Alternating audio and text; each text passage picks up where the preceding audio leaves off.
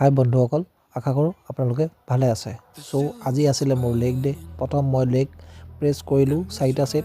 প্ৰথম মাৰিলোঁ 15টা ৰেপিটেশ্যন, ছেকেণ্ড মাৰিলোঁ 12টা ৰেপিটেশ্যন, থাৰ্ড মাৰিলোঁ 10টা, দেন লাষ্টৰটো 8টা মাৰি মই মোৰ ছেকেণ্ড এক্সাৰচাইজ কৰিলোঁ গবলেট স্কোৱাটছ। ইয়াৰ কৰিলোঁ 4টা ছেট।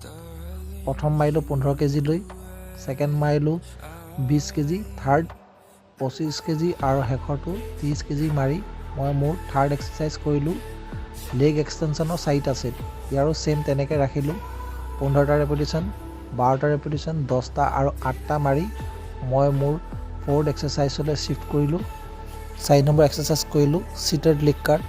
ইয়াৰো হাই ইণ্টেনচিটিৰে 4টা ছেট শেষ কৰি মই মোৰ 5 number exercise stiff leg deadlift ডাম্বেলেৰে কৰিলোঁ 4টা ছেট।